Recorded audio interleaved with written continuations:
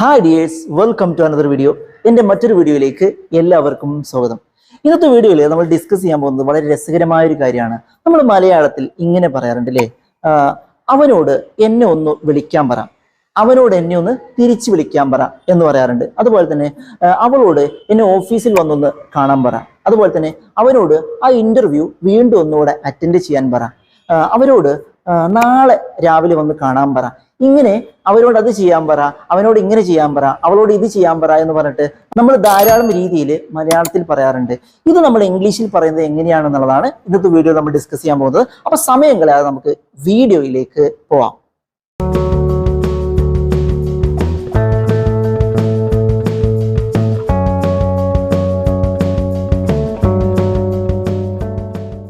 Okay, അപ്പൊ നമ്മൾ പറഞ്ഞു അവനോട് എന്നെ ഒന്ന് തിരിച്ചു വിളിക്കാൻ പറ, അവളോട് എന്നെ ഓഫീസിൽ വന്നൊന്ന് കാണാൻ പറ, അവളോട് ആ ഇന്റർവ്യൂ വീണ്ടും ഒന്ന് അറ്റൻഡ് ചെയ്യാൻ പറ, അവരോട് നാളെ രാവിലെ വരാൻ പറയൂട്ടോ. ഇങ്ങനെയൊക്കെ പറയുന്ന ശൈലി എങ്ങനെയാണെന്നുള്ളതാണ് നമ്മൾ നോക്കുന്നത്. യെസ്, അപ്പൊ ഇതിനായിട്ട് ഒരു പ്രത്യേക ശൈലിയുണ്ട്. ആ ശൈലിയിൽ നിങ്ങൾ പറഞ്ഞു കഴിഞ്ഞാൽ എല്ലാ വാചകങ്ങളും നമുക്ക് ഇതുപോലെ തന്നെ പറയാൻ പറ്റുന്നതാണ്. അപ്പൊ ഇങ്ങനെയാണ് ഇത് പറയുന്നത്: please tell him to call back me, please tell him to call back me. അവനോട് എന്നെ ഒന്ന് തിരിച്ചു വിളിക്കാൻ പറ എന്നാണ് ഇതിന്റെ അർത്ഥം. അവനോട് എന്നെ ഒന്ന് തിരിച്ചു വിളിക്കാൻ പറ. നമുക്ക് ഈ സെന്റൻസ് ഒന്ന് മുറിച്ച് പറഞ്ഞു നോക്കാം. അത് പെട്ടെന്ന് പഠിക്കാൻ വേണ്ടിയിട്ടാണ് നമ്മൾ ഇങ്ങനെ മുറിച്ച് പറയുന്നത്. പ്ലീസ് ടെൽ ഹിം, അവനോട് ദയവ് ചെയ്തിട്ട് ഒന്ന് പറ. ടു കോൾ ബാക്ക് മീ, എന്നെ ഒന്ന് തിരിച്ചു വിളിക്കാൻ വേണ്ടിയിട്ട്. പ്ലീസ് ടെൽ ഹിം ടു എന്ന് പറഞ്ഞതിന് ശേഷം നമ്മളൊരു കാര്യം പറയുകയാണെങ്കിൽ ആ കാര്യം ചെയ്യാൻ പറ എന്നുള്ളതാണ്. ആരോട് എന്നുള്ളതിന് അയാളുടെ ആ ഒരു പ്രൊനൗൺ കൂടെ നമ്മൾ അവിടെ ചേർത്താൽ മതി എന്നുള്ളതാണ്. പ്ലീസ് ടെൽ ഹിം, അവനോട് പറ.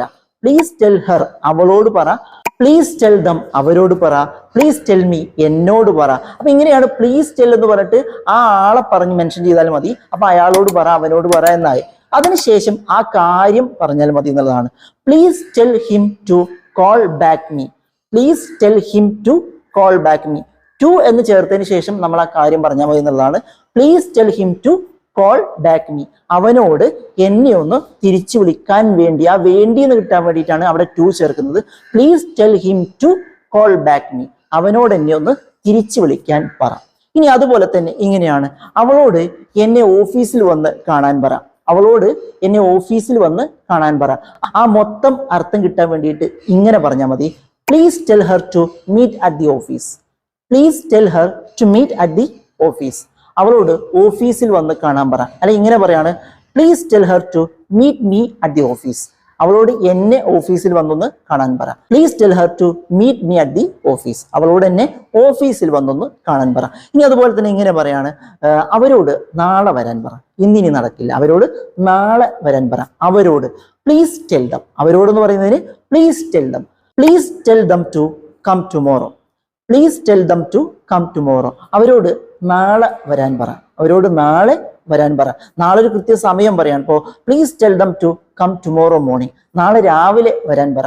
Please tell them to come tomorrow evening, അവരോട് നാളെ വൈകുന്നേരം വരാൻ പറ.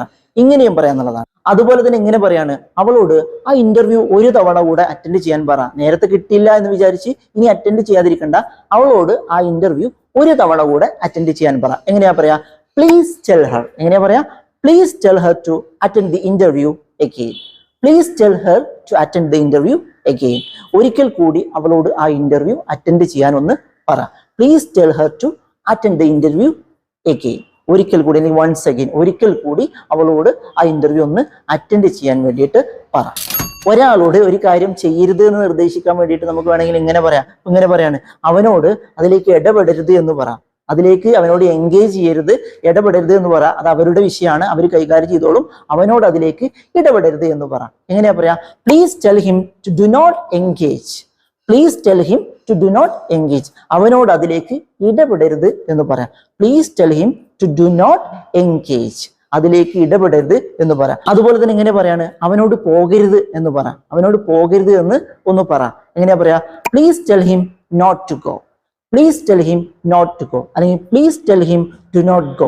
അവനോട് പോകരുത് എന്ന് പറയാം. Please tell him not to go എന്നോ please tell him do not go എന്നോ പറയാൻ പറ്റും. അവനോട് പോകരുത് എന്ന് പറയാം. അപ്പൊ ഇങ്ങനെയൊക്കെയാണ് അവനോട് അത് പറ, അവളോട് ഇത് പറ, ഇങ്ങനെ പറ, ഇങ്ങനെ ചെയ്യാൻ പറ എന്നൊക്കെ പറഞ്ഞിട്ട് നമ്മൾ പറയുന്നതിന് please tell Har, please tell him, please tell dum, ഈ രീതിയിലാണ് നമ്മൾ പറയുന്നത്. അപ്പൊ എന്തായാലും ഈ ശൈലി ഉപയോഗിച്ചിട്ട് നിങ്ങൾ പറയുകയാണെങ്കിൽ ഇത്തരത്തിലുള്ള ഒരുപാട് സെന്റൻസുകൾ നിങ്ങൾക്ക് ഉണ്ടാക്കാനും പറയാനും സാധിക്കുന്നതാണ്. അപ്പോൾ ലെറ്റ്സ് ട്രൈ ചെയ്ത് നോക്കുക.